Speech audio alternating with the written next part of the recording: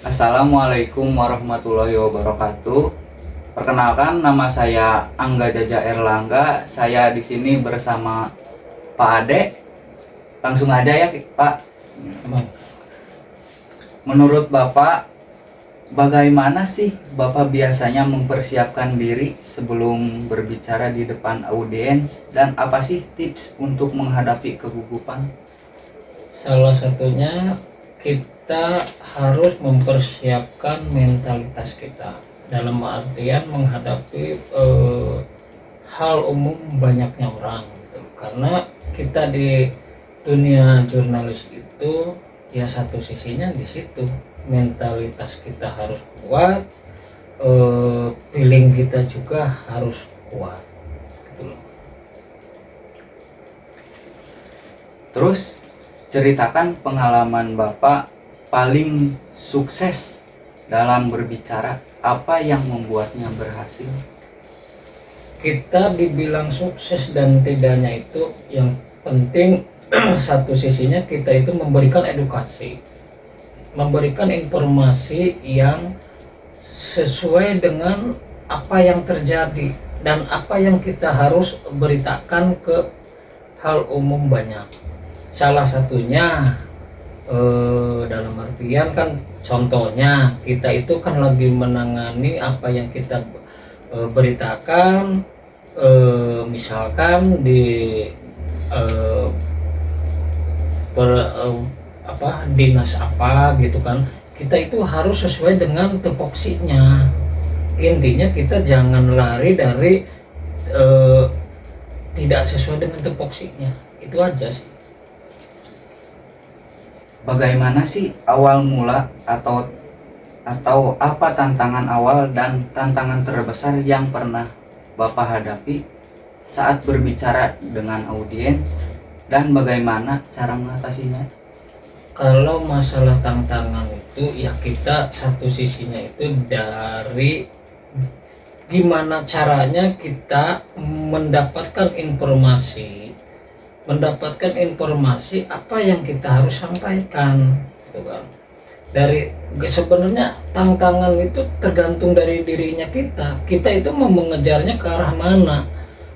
Ke arah pemberitaan yang hal positif, kita harus lurus di hal positif, kita harus hindari hal-hal yang negatifnya. Karena apa? Karena memberikan informasi itu ya benar-benar harus akurat gitu. Terus apa saran Bapak untuk mahasiswa yang ingin belajar berbicara seperti wartawan? Apa sih latihan?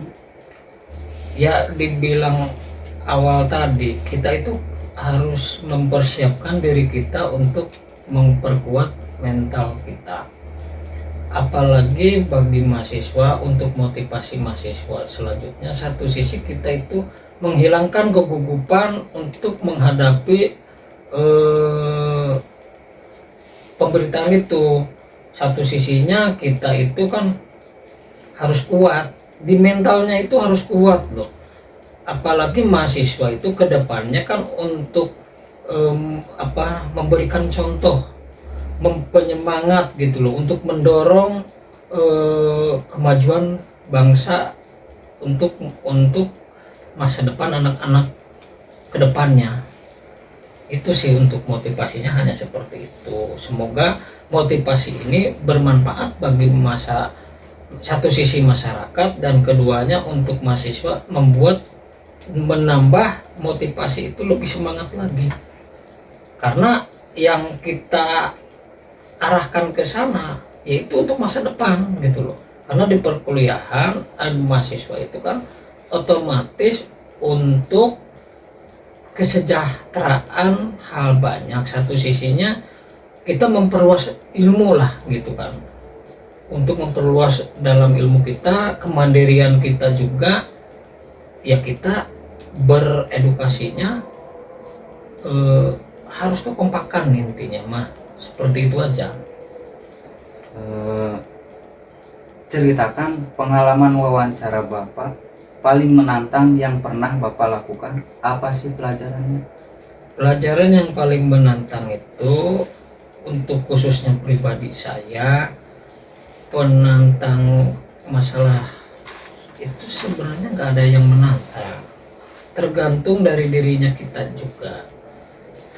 Yang dari awal pengalaman yang saya alami itu kan dari pribadi kita dulu. Pribadi kita itu kan harus mentalnya benar-benar kuat gitu kan. Apapun itu halangan rintangannya itu bagi kita itu nggak ada persoalan. Yang utama kita itu memberikan informasi di dalam artian jurnalis ataupun media cetak dan lain-lainnya. Nggak ada lah istilah tantangan. Buat apa kalau kita keberaniannya hanya setengah-setengah? Karena tujuan kita itu untuk mengedukasi untuk hal umum banyak orang itu.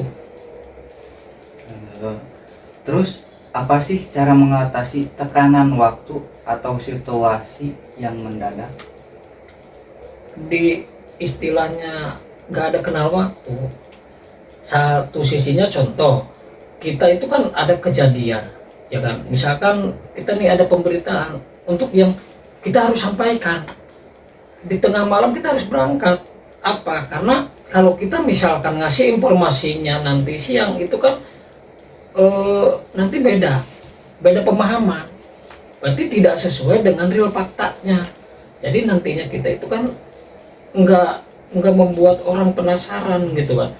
Berarti apa yang itu terjadi, berarti kan harus yang kita lihat gitu kan, yang kan nggak ada lah istilahnya waktu renggang waktu, nggak ada. Karena ya apa sih fungsinya kita itu kan untuk edukasi gitu.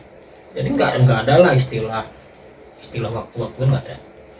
Itu harus tetap tumbuh semangat lah gitu kan, jangan putus asa, dan untuk apalagi kita menyerah itu jangan, karena harus mentalitas kita harus kuat di situ. Bagaimana perkembangan media sosial dan digital yang memengaruhi cara berbicara wartawan saat ini? Jadi cara berbicara wartawan itu yang dipengaruhi oleh media sosial. Kalau media sosial itu kan hanya mungkin ya, itu kan hanya batasan, dan pada intinya di media sosial itu kan memberikan informasi yang singkat ya, dalam artian cepat lah gitu kan. Kalau kita itu kan kita juga kan harus melihat dulu dari medsosnya, misalkan media sosialnya itu edukasinya seperti apa, kita itu harus terjun dulu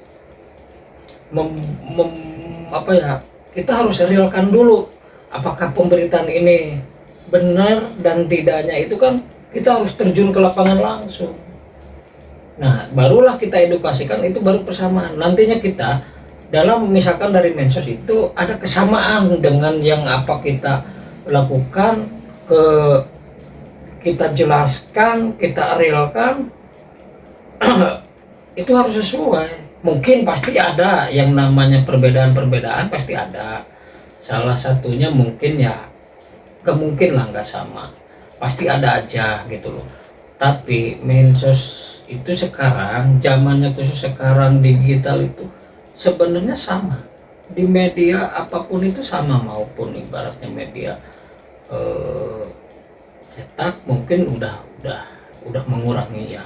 Sekarang di dunia medsos itu kan ya mungkin zamannya sekarang digital itu sebenarnya bagus juga, mempercepat penjelasan. Justru kita tidak ada sama aja, pengertiannya sama aja, yang penting memberikan edukasi. Cuman hal yang positif dan negatifnya kita itu harus menyaring dulu.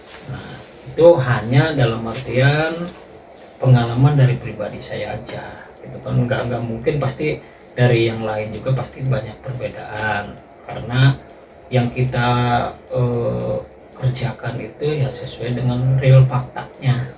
Intinya untuk mahasiswa tetap semangat, maupun itu media apapun itu, mau media cetak mau media apa, intinya harus semangat, tetap mendorong untuk motivasi ke depan. terpenting, kalau boleh saya sarankan, yang terpenting itu memberikan informasi itu harus yang real. Cukup, mungkin itu penjelasan dari saya secara pribadi, saya ya seperti itu.